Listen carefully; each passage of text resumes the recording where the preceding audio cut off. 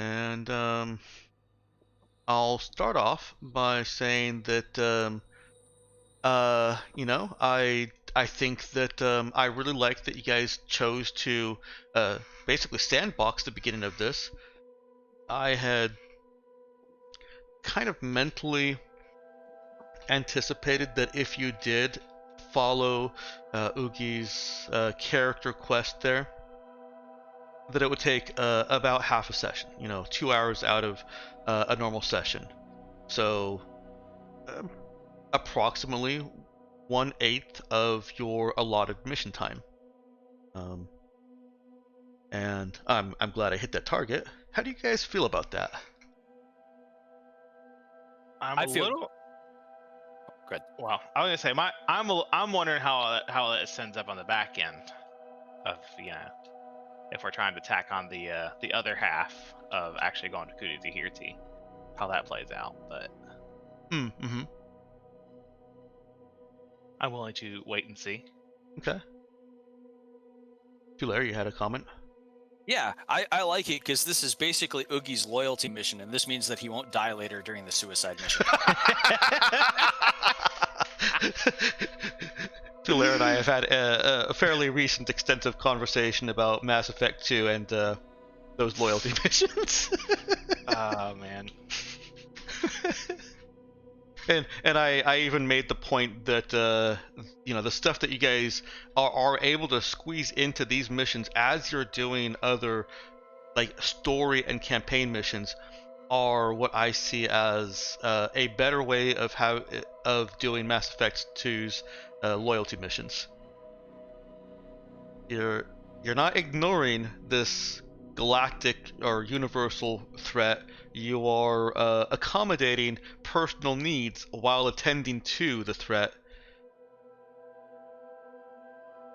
Oh yeah. It was always kind of a little funny. It's like, hey, Galaxy's ending soon. Do we really have time for this? Yes, that is the biggest But- problem I had with Mass Effect 2.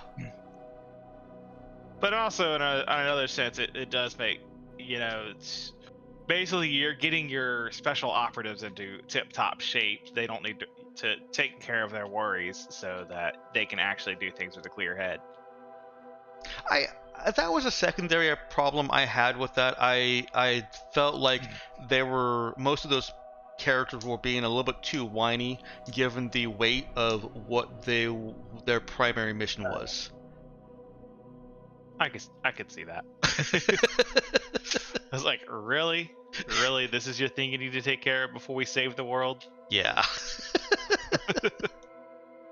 Any other comments on taking that kind of sidetrack out of your mission time?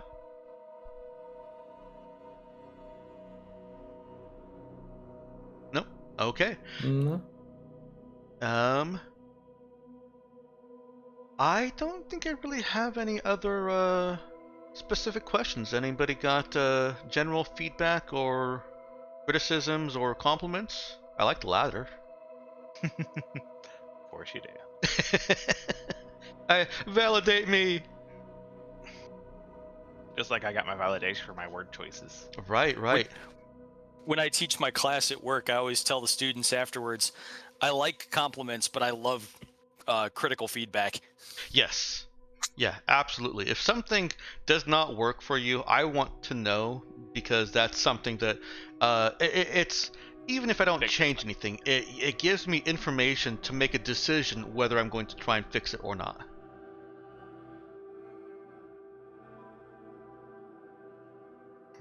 I mean, I thought this went pretty well Cool. today. For now. Alrighty. Gosh, I had The mystery. I was kind of hoping to get something to the mystery, but that's fine. It's fine to leave mystery on the board okay. for a mysterious fiction. I may have jumped the gun a little bit on going into review. I certainly could have probably given you more information in at least initial exploration of the outpost here. I think it's fine. I mean, I think it's also actually Timing aside, I mean, I think that's actually not a bad stop point too. Well, like, hey, yeah. So unless I guess it really depends on what we learn though. Like if it's very minor stuff, then yeah, I could see. But if there this is an happens a actual lot with the major universe revelation, stuff, Yeah. where you get like way too into laying down breadcrumbs, and then there is not time for the meat. I don't think it was especially pronounced today, but it was definitely trending that way.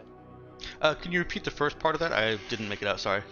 Yeah, sure. No, this has been with the universe missions. This has been happening a lot too. You get like way too excited in terms of laying down informational and setting breadcrumbs, and then we never actually get to the meat of it until we're kind of late along. I didn't think it was out of control or super bad today, but I could see the I could see the way the trend was going. Okay. But, Yeah, I do try to pull back a little bit on indulging every breadcrumb chase when it's not necessarily a breadcrumb.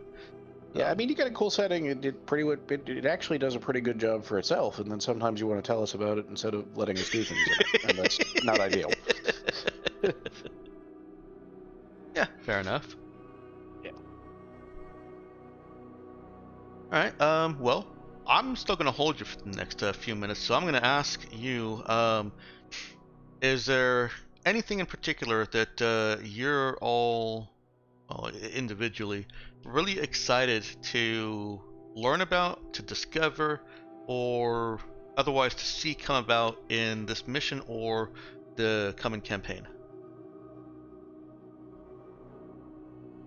well, I'm holding out for figuring out David's involvement here. Okay.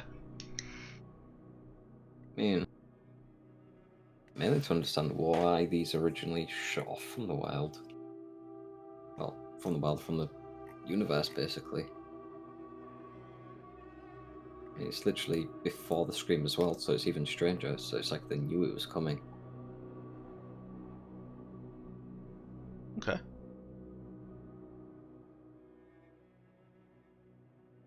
Those are all both things that I can ambiguously say might be discovered.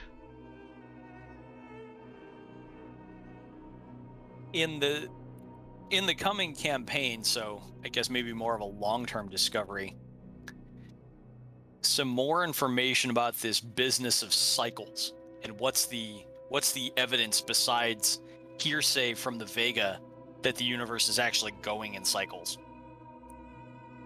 Okay. That's complex though. That's like the whole like Big Bang Big Crunch cycle there, right? Was my understanding of it. Yeah, you get some kind of well, the So, I last guess campaign proving- got some kind of sketchy, not entirely put together information from over there in Audrima, as well as from Vega, alluding to something about cycles.